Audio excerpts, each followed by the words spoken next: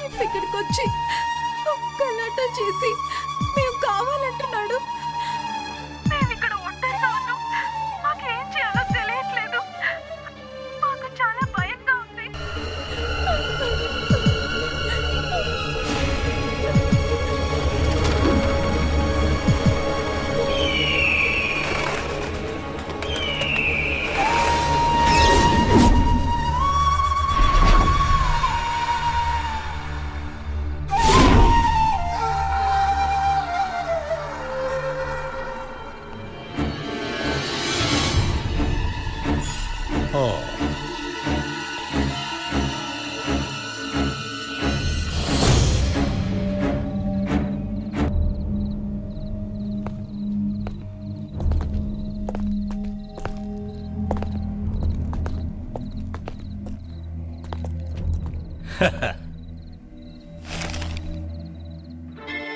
నా 2 ఎకరాల పొలం పత్రాలు ఇవి.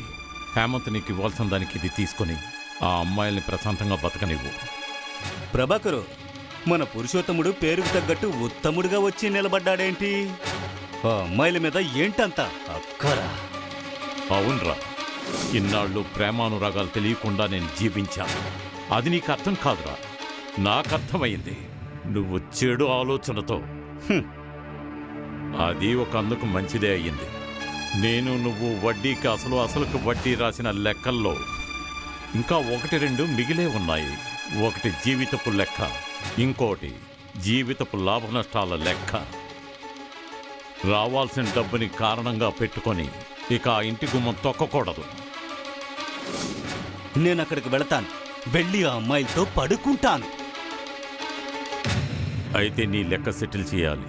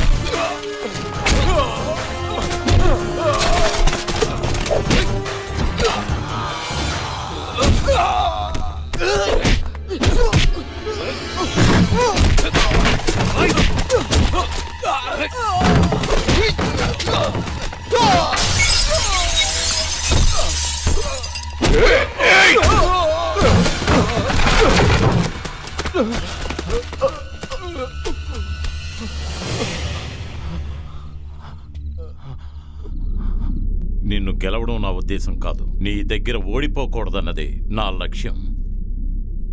నీకు ముందే చెప్పాను, మనిద్దరం విలన్స్ అని.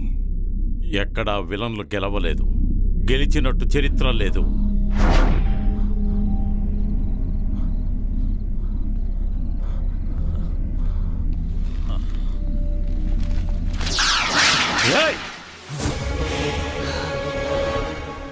నా శరీరంలోని ప్రాణం పోయేలోపు నీ లెక్క తీర్చేస్తాను. ఈ రాబందుని ఎవరిని బన్రా?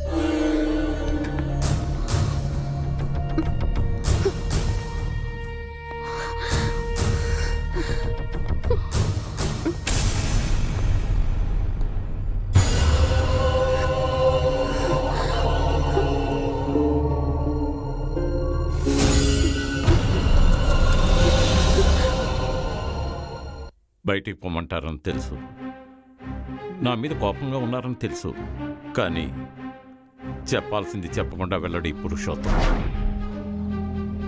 ఆసిఫ్ ఇక్కడికి రాడు, కానీ డబ్బు కోసం వాడి తొత్తులు రావచ్చు. వస్తే బయట నేనుంటాను, డబ్బుతో కాచుకొని ఉంటాను. డబ్బు డబ్బు డబ్బు. ఇప్పుడు డబ్బు కోసం కక్కుర్తుపడే మునుపటి పురుషోత్తం కాను నేను. జీవితం అంటే ఏంటో అర్థం చేసుకున్న మారి వచ్చిన పురుషోత్తాన్ని. చాలా తప్పులు చేశాను, చేసిన తప్పులకు క్షమాపణ కూడా అడిగి చూశాను, నమ్మలేదు. క్షమాపణ అడిగితే రాదు, అదే రావాలి. మిమ్మల్ని అడుగుతాను, మీరు క్షమిస్తారో లేదో. క్షమించారని అనుకుంటాను.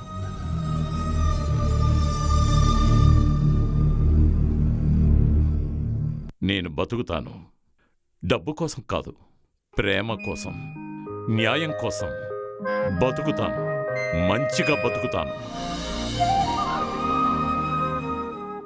ఎవరి దగ్గర ఓడిపోకూడదనుకున్నాను. ఎన్నోసార్లు గెలిచాను, ఇప్పుడు గెలిచాను. నన్ను నేనే గెలిచాను. నేనెవరు కింగ్ని కదా.